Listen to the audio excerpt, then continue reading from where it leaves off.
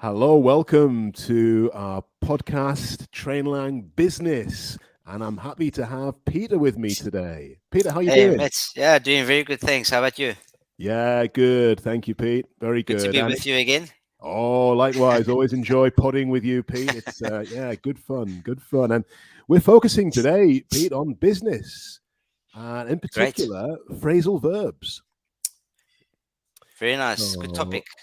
yeah, we did a pod recently together where we began to talk about phrasal verbs, Pete, and how useful they are in business. And we started off, I think, correct me if I'm wrong, Pete, but we Mm. mentioned at least 10 examples of phrasal verbs we can use in business conversation. Yeah, that's right. We did, Mitch. Very good, very good. So we really want to pick up from where we left off Mm. with our last conversation. Let me just briefly mention a couple of examples of the verbs, the phrasal verbs we talked about. We mentioned break down.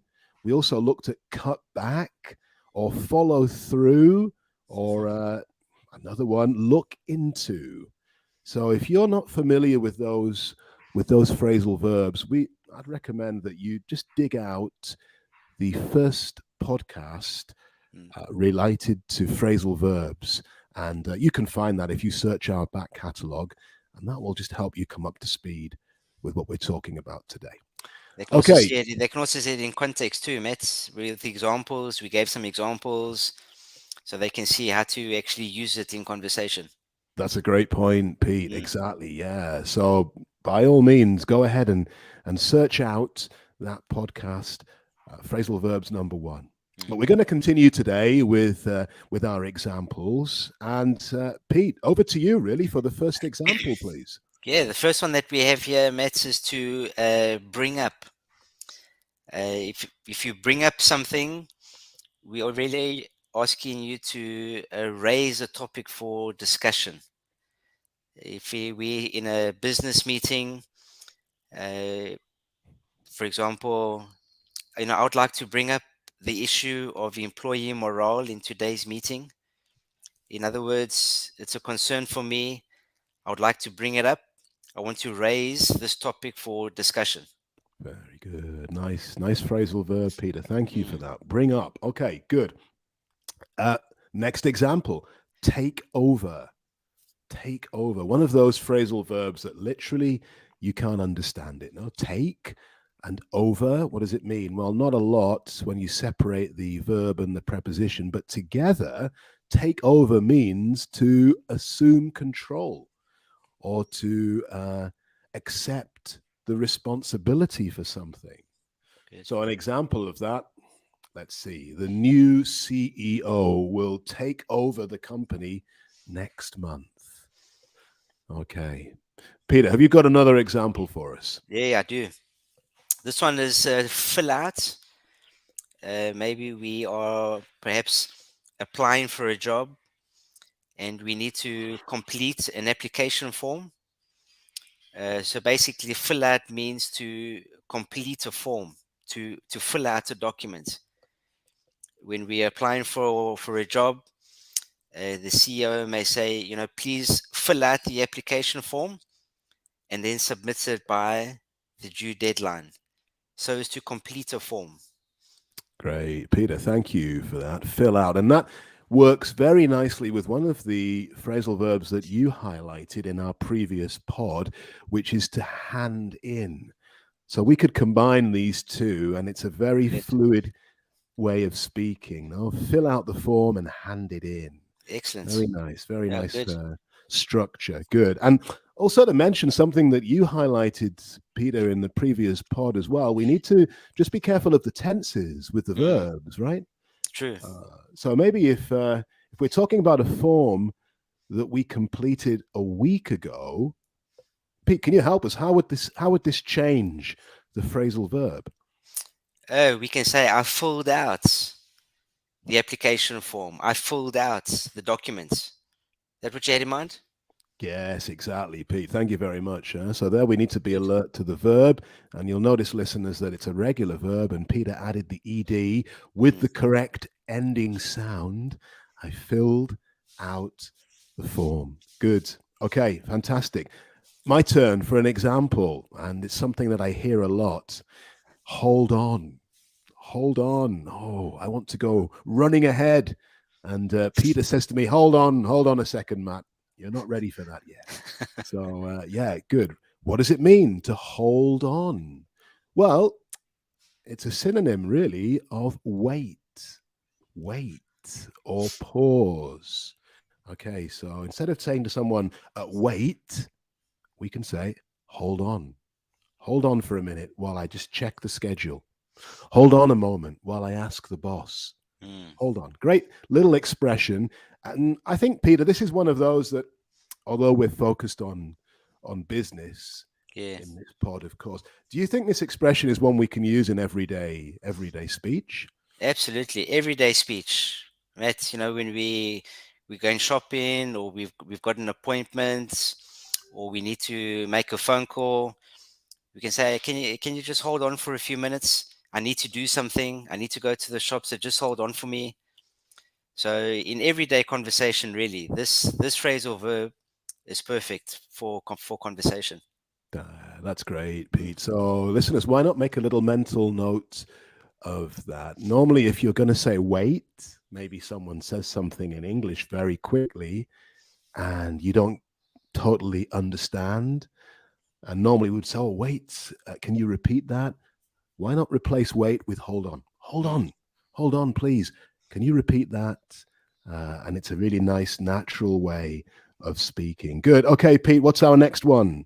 Our next one, Matt, yeah, is one we also use fairly often, not just in business conversation too, but in everyday activities. Work out.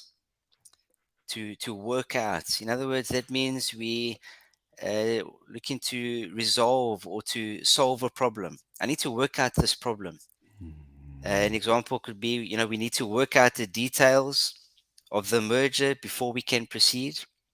So we need to resolve or solve a problem.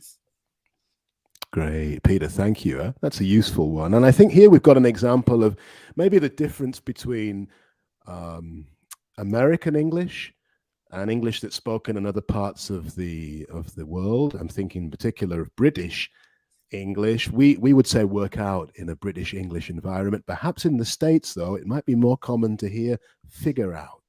Oh, I Mm. need to figure that out, or figure out. So little differences we can be alert to. Great. Pete, we've had some nice examples there. Any one of those phrasal verbs today that you particularly like? One that you use? Yeah, the one I No. use often is hold on. Right. Like Right. you, I also hear that. Yes. I also hear that fairly often. Hey, we need to, just hold on, don't rush. Take your time, just wait, hold on, please. Very good, Pete. Yeah, Or yeah. We can relate to that. We can relate to that. No doubt. Okay, good. yeah. Fantastic. Well, listeners, we're going to give you a treat now because you're going to get previously unseen access or unheard access to the high echelons of Trainlang as we Oh wow. listen to a business meeting. Oh, wow. So we've got a business meeting from two of the directors of Trainlang. Oh, so what we'd like you to do, listeners, is please be alert. There's lots of phrasal verbs in this conversation. And so you need to have a piece of paper and a pen and see how many phrasal verbs you can listen out for. Pete, can you give us an idea, or give the listeners an idea? How many phrasal verbs are we talking about? 5 or 6? Not in this What? conversation, Matt. I think we're going to try and see if we can use and incorporate about 14 Whoa. 14 phrasal verbs in a conversation, business conversation. So our listeners are going to need to really pay close attention and see if they can pick them Right. out. Okay, 14 at least. Okay, good. Well, let's listen into the conversation. We have two guys, two businessmen speaking here, John and Mike. You might recognize their accents. I don't know. Listen closely and see what you think. Okay, so here we go. Hi, Mike. How did the meeting with the new client go? It went well, but I need to follow up with them to discuss the proposal further. Ah, that's great. Did you hand in the expense report to accounting? Yes, I did. I also need to look into some cost cutting measures to bring down our expenses. Sounds good. That's a good idea. Let's follow through on the plan to increase sales in the next quarter. Sure. We need to turn down any distractions and we need to focus on getting ahead of the competition. Absolutely. We need to put together a task force to work on the new projects and break down the steps needed to complete it. It's a great idea, John. We also need to bring up the issue of employee morale at our next meeting. I've got some concerns I'd like to address. Yeah, I agreed. I think that's a good idea.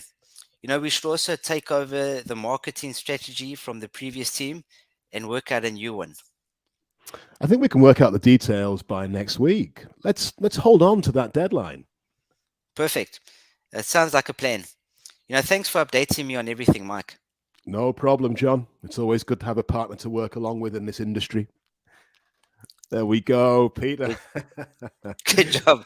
Familiar voices there, I think. Okay. Now, Absolutely. Pete, you said there was 14 phrasal verbs there. So listeners, how many did you hear? How many did you get? Okay. Well, if you want to know the answer, tune into the next pod and we'll review those phrasal verbs from that conversation. Pete, thank you very much for your company today. Good. That's been great. Good job, Matt. Well done. Very Hey, good. I've always one final question, Pete, before you Mm. go. If our listeners want to improve their English, perhaps they want to get involved in some group lessons, maybe some online group lessons, where can they go to do that? Yeah, they can visit the website at campus.trainlang.com. And on that webpage, there's a wealth of information. They can see how they can request lessons. I highly recommend you as their teacher. It's going to be great. So there's a lot of information they can get from that website.